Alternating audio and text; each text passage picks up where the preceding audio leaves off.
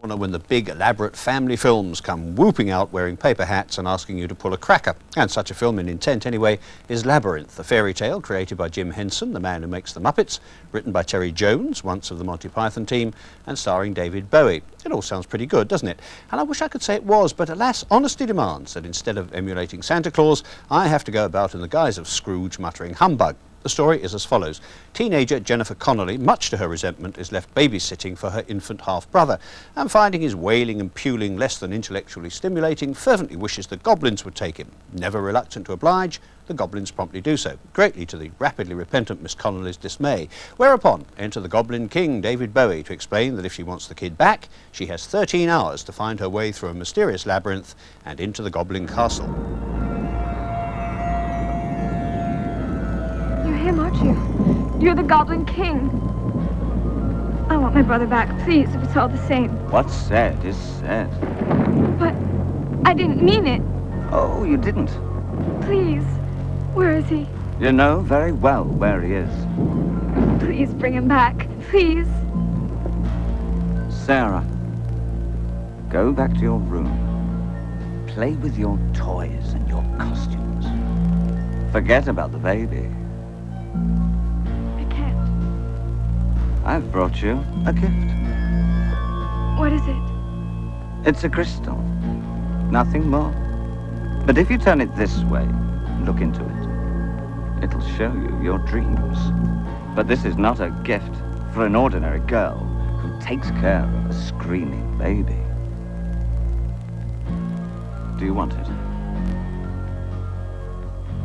Then forget the baby. I can't.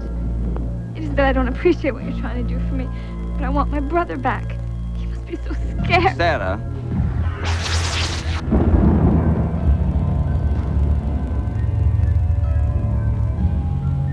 Don't defy me.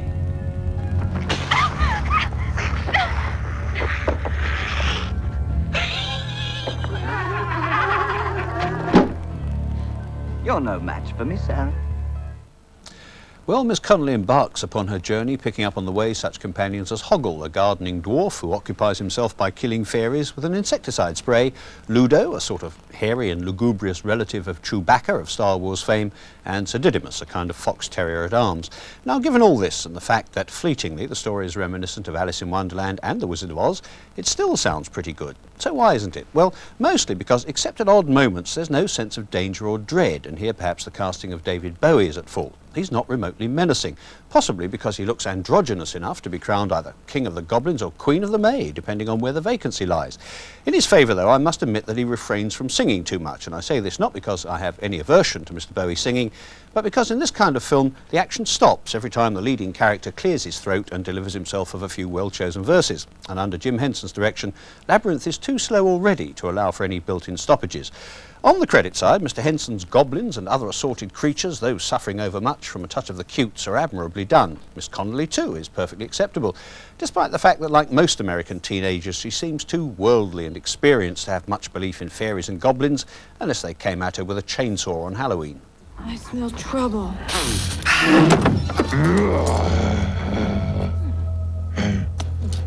Come on, Lilo. Oh, no!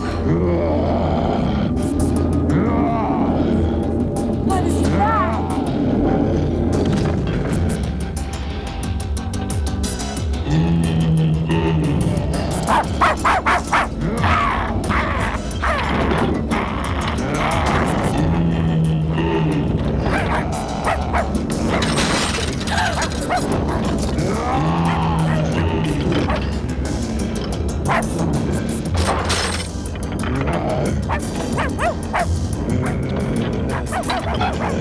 Watch out!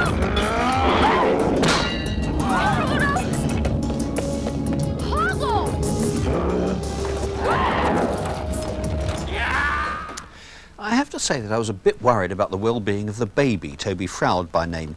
On the general question of whether or not I like babies, I tend to go along with those who say it depends how they're cooked, but at times this one looked genuinely distressed, and since I don't believe that babies are able to act distressed, I have to assume that it probably was. Otherwise it seemed a decent sort of baby and would probably roast up a treat for Sunday lunch.